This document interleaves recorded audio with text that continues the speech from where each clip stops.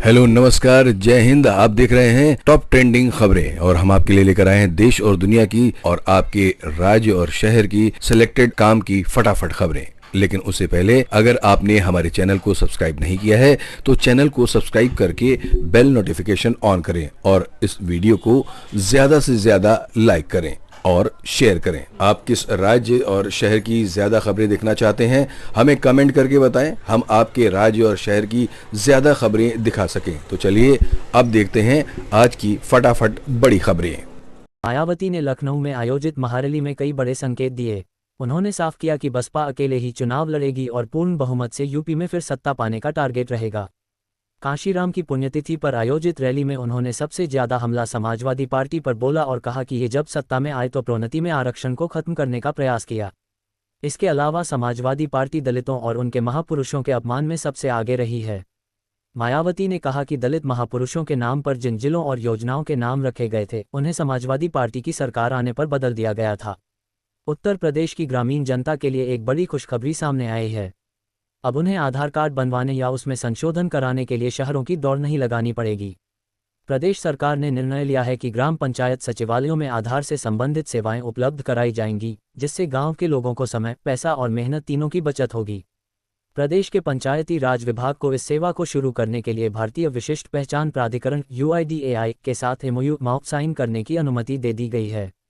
विभाग के निदेशक अमित कुमार सिंह के अनुसार इस सुविधा को पहले चरण में 2500 ग्राम पंचायतों में शुरू किया जाएगा।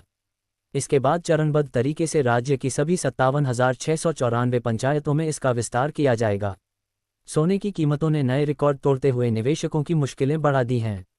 इस साल सोने की कीमतों में करीब 49% की तेजी आई है। जहां साल की शुरुआत में सोना 78-80 हज़ार रुपये प्रति 10 ग्राम के बीच बिक रहा था, वहीं अब यह 1,22,000 रुपये के पार पहुंच चुका है। हालांकि मल्टी कमोडिटी एक्सचेंज MCX पर आज सोने की कीमतों में मामूली गिरावट दर्ज की गई है। अमेरिकी कांग्रेस के 19 सांसदों ने राष्ट्रपति डोनाल्ड ट्रंप को पत्र लिखकर भारत के खिलाफ लगाए गए 50% टैरिफ को तुरंत वापस लेने की अपील की है। इस पत्र में सांसदों ने कहा है कि यह शुल्क न केवल भारत के साथ अमेरिका के व्यापारिक और कूटनीतिक संबंधों को प्रभावित कर रहा है, बल्कि अमेरिकी उपभोक्ताओं और उत्पादकों के लिए भी गंभीर आर्थिक समस्याएं पैदा कर रहा है। उत्तर प्रदेश के किसानों के लिए दीपावली से पहले सरकार ने ऐसा तोहफा दिया है जिससे खेत में पसीना बहाने वाले अन्नदाता के चेहरे पर मुस्कान लौट आई है। केंद्र सरकार द्वारा गेहूं समेत 6 रबी फसलों के न्यूनतम समर्थन मूल्य MSP में बढ़ोतरी की घोषणा ने खासतौर से छोटे और मध्यम जोत के किसानों को राहत दी है। अखिलेश यादव ने राष्ट्रीय अपराध रिकॉर्ड ब्यूरो NCRB के आंकड़ों का हवाला देते हुए कहा कि उत्तर प्रदेश में महिलाएं, बेटियां और किशोरियां सबसे असुरक्षित हैं और दलितों के खिलाफ अत्याचारों के मामले में भी राज्य सबसे आगे है। उन्होंने भाजपा पर आरोप लगाया कि वह झूठ बोलने में नंबर 1 है और मुकदमों के मामले में एक विश्व रिकॉर्ड बनाना चाहती है। इसके अलावा उन्होंने कांशी राम स्मारक के रखरखाव की स्थिति पर भी सवाल उठाया, ये कहते हुए कि अगर भाजपा ने सही रखरखाव किया होता तो पत्थरों का रंग फीका नहीं होता। सरकारी नौकरी की तलाश कर रहे युवाओं के लिए बड़ी खुशखबरी आई है। India post payment bank IPPB ने ग्रामीण डाक सेवक GDS के 348 पदों पर भर्ती के लिए नोटिफिकेशन जारी कर दिया है। आवेदन प्रक्रिया 9 अक्टूबर 2025 से शुरू हो गई है और आवेदन की आखिरी तारीख 29 अक्टूबर 2025 तय की गई है। योग्य एवं इच्छुक उम्मीदवार ऑफिशियल वेबसाइट ibonline.com पर जाकर या यहां दिए गए डायरेक्ट लिंक से अप्लाई कर सकते हैं। भर्ती से जुड़ी विस्तृत जानकारी के लिए अभ्यर्थी आधिकारिक वेबसाइट पर जाकर नोटिफिकेशन देख सकते हैं। श्रमिकों के हित में केंद्र सरकार जल्द ही राष्ट्रीय श्रम नीति लाने जा रही है, जिसे श्रम शक्ति नीति -2025 नाम दिया गया है। यह एक विजन डॉक्यूमेंट के तौर पर काम करेगी जो देश भर के श्रमिकों के कार्यस्थल, वेतन, सुरक्षा, सामाजिक संरक्षण और भविष्य को सुरक्षित करने से जुड़ी व्यवस्थाओं को और अधिक बेहतर बनाएगी। सूत्रों के अनुसार श्रम एवं रोजगार मंत्रालय ने इस नीति का मसौदा तैयार कर लिया है और जल्द ही इसे जारी कर हितधारकों से सुझाव मांगे जाएंगे। इस नीति के जरिए देश की श्रम शक्ति को एकीकृत दिशा देने का प्रयास किया जाएगा। अभी तक श्रमिक क्षेत्र के लिए कोई एकीकृत नीति नहीं है, जिसको देखते हुए मंत्रालय ने इसका मसौदा तैयार किया है। प्रधानमंत्री नरेंद्र मोदी ने करीब 19,650 करोड़ रुपए की लागत से निर्मित नवी मुंबई अंतर्राष्ट्रीय हवाई अड्डे के पहले चरण का उद्घाटन किया। यह Mumbai international airport limited, Adani airports holdings limited की एक सहायक कंपनी और CIDCO महाराष्ट्र नगर एवं औद्योगिक विकास निगम लिमिटेड के बीच एक पब्लिक प्राइवेट पार्टनरशिप PPP परियोजना है। इसमें मुंबई इंटरनेशनल एयरपोर्ट लिमिटेड की 74% और CIDCO की 26% हिस्सेदारी है। नवी मुंबई हवाई अड्डा छत्रपति शिवाजी महाराज अंतर्राष्ट्रीय हवाई अड्डे के बाद मुंबई का दूसरा अंतर्राष्ट्रीय हवाई अड्डा होगा। इस हवाई अड्डे को हाल ही में नागरिक उड्डयन महानिदेशालय DGCA से परिचालन शुरू करने के लिए हवाई अड्डा लाइसेंस प्राप्त हुआ है। ये हवाई अड्डा घरेलू और अंतर्राष्ट्रीय दोनों यात्रियों के लिए स्टेट ऑफ द आर्ट सुविधाओं से लैस है।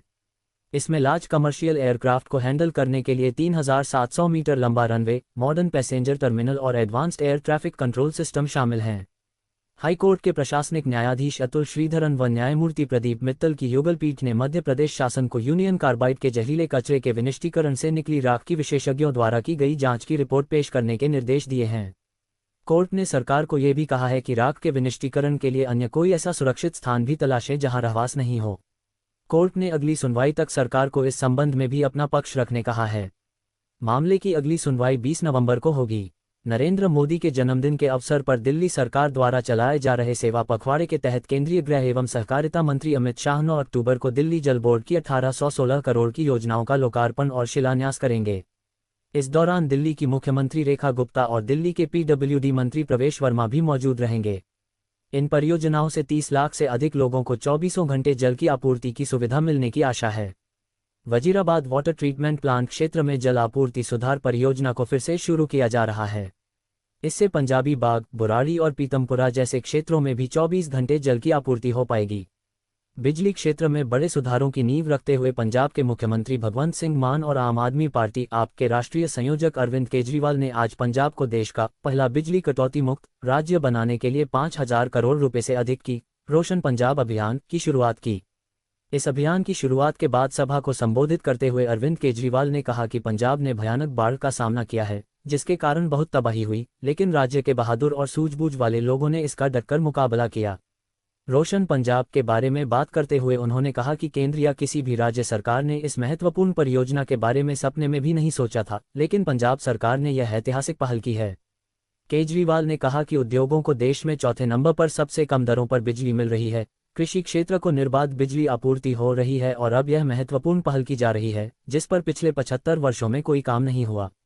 छिंदवाड़ा में जहरीले कफ सिरप से बच्चों की मौत के बाद केंद्र सरकार ने राज्यों को सख्त निर्देश जारी किए हैं। Central drug standard control organisation CDSCO ने कहा है कि अब हर दवा कंपनी को दवा बनाने से पहले सभी कच्चे माल और तैयार दवाओं की टेस्टिंग करनी होगी।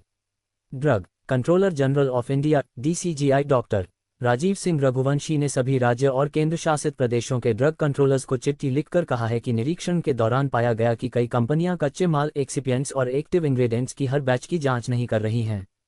साल 2025 में अब तक की सबसे बड़ी डिजिटल चोरी सामने आई है। उत्तर कोरिया से जुड़े हैकर्स ने इस साल $2 अरब करीब 1.77 लाख करोड़ रुपए की क्रिप्टोकरेंसी चोरी की है। यह अब तक का सबसे बड़ा वार्षिक साइबर चोरी का आंकड़ा है। ये जानकारी ब्लॉकचेन एनालिटिक्स फर्म एलिप्टिक और चैनालिसिस की नई रिपोर्ट में सामने आई है। रिपोर्ट में बताया गया कि किम जोंग उन की सरकार पर लगाए गए अंतर्राष्ट्रीय प्रतिबंधों से बचने और अपने न्यूक्लियर व मिसाइल प्रोग्राम को फंड करने के लिए उत्तर कोरिया अब साइबर चोरी पर तेजी से निर्भर हो गया है। सिर्फ 9 महीने में ही चोरी की गई रकम 2024 के मुकाबले 3 गुना ज़्यादा है।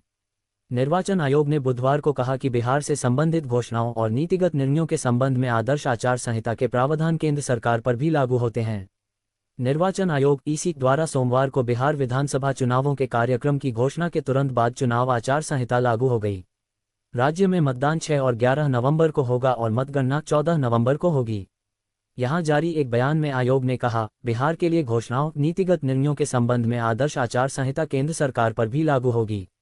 विकसित व आत्मनिर्भर उत्तर प्रदेश बनाने की दिशा में प्रयासरत योगी सरकार Uttar Pradesh international trade show UPITS के तृतीय संस्करण के सफल आयोजन के उपरांत अब एक और अभिनव प्रयास करने जा रही है। प्रदेश के 75 जिलों में सूक्ष्म, लघु एवं मध्यम उद्यम MSME, खादी, हथकरघा व हस्तशिल्प उत्पादों को बढ़ावा देने और जिला स्तर पर उन्हें बड़ा मंच उपलब्ध कराने की दिशा में योगी सरकार 9 से 19 अक्टूबर के मध्य स्वदेशी मेलों का आयोजन कराने जा रही है। छोटे और मध्यम बिजनेस के लिए भारत का पहला AI से चलने वाला device Paytm AI sound box launch किया है। ये पहले वाले साउंड बॉक्स के विपरीत नया वर्जन एक बिजनेस असिस्टेंट के रूप में काम करता है और वास्तविक समय की वित्तीय जानकारी देता है। ग्लोबल फिनटेक फेस्टिवल GFF में इसका शुभारंभ इस बात पर जोर डालता है कि कैसे AI अब देश भर के व्यापारियों के लिए रोजमर्रा के कामों को आसान बना सकता है। AI sound box dynamic QR code, tap और इनसेट कार्ड भुगतान को सपोर्ट करता है, जिससे सभी ग्राहकों के लिए सुचारू लेनदेन सुनिश्चित होता है। व्यापारी वॉयस और टच स्क्रीन दोनों के जरिए अपने कलेक्शन को ट्रैक कर सकते हैं, जबकि टॉप डिस्प्ले पर तुरंत भुगतान अपडेट दिखाई देते हैं। डिजिटल पेमेंट या यूं कहें कि ट्रांजैक्शन को लेकर रोज बदलाव हो रहे हैं। सरकार और उसकी संस्थाएं आम यूजर्स को बेनिफिट देने के लिए नई सुविधा लेकर आ रही है, ताकि उनका पेमेंट एवं ट्रांजैक्शन सेफ रह सके। अब भारत में वेयरेबल स्मार्ट ग्लास के जरिए यूपीआई लाइट सुविधा से भुगतान किया जा सकता है। इसके लिए यूजर्स को केवल क्यूआर को स्कैन करना और वॉयस कमांड देना होगा। खास बात तो यह है कि इसके लिए आपके पास मोबाइल होने की जरूरत नहीं है, ना ही किसी तरह के पिन नंबर की जरूरत है। आइए आपको भी बताते हैं कि आखिर सरकार की ओर से किस तरह की सुविधा का ऐलान हुआ है। इसके लिए यूजर्स को केवल क्यूआर को स्कैन करना और वॉयस कमांड देना होगा।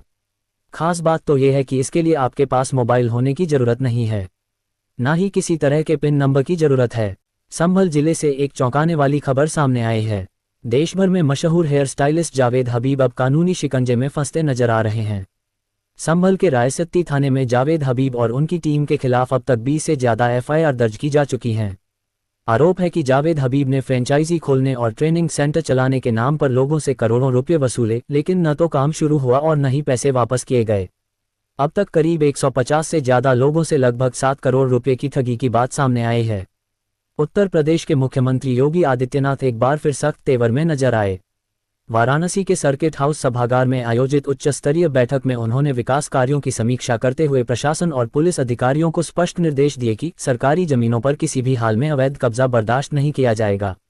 मुख्यमंत्री ने कहा कि वर्षों से चली आ रही राजस्व से जुड़ी कानूनी प्रक्रियाओं में तेजी लानी होगी, ताकि सरकारी संपत्तियों को कब्जेदारों से मुक्त कर जनता के हित में उपयोग में लाया जा सके। 7वां वेतन आयोग का कार्यकाल समाप्त होने को है और 8वें वेतन आयोग का ऐलान जनवरी 2025 में किया गया था, लेकिन इस ऐलान के बाद अब तक आयोग का गठन और ऑफिशियल नोटिफिकेशन नहीं आया है। अब हाल ही में 8वें वेतन आयोग HCPC अपडेट्स को लेकर बड़ा अपडेट सामने आया है, जिसके तहत उत्तर प्रदेश में कर्मचारियों के लिए 1 जनवरी से 8वां वेतन आयोग लागू किया जा सकता है। सरकार की तरफ से IDBI बैंक में अपनी हिस्सेदारी बेचे जाने का काफी समय से प्लान किया जा रहा है। अब खबर है कि सरकार अपनी हिस्सेदारी बेचने के प्रोसेस को इस वित्तीय वर्ष के अंत तक पूरा करने की तैयारी में है। सरकार को उम्मीद है कि इस प्रोसेस को 31 मार्च 2026 तक पूरा कर लिया जाएगा। Financial service secretary M. Nagaraju ने मुंबई में ग्लोबल फिनटेक फेस्ट के साइडलाइन पर कहा कि यह प्रोसेस प्लान के हिसाब से चल रहा है।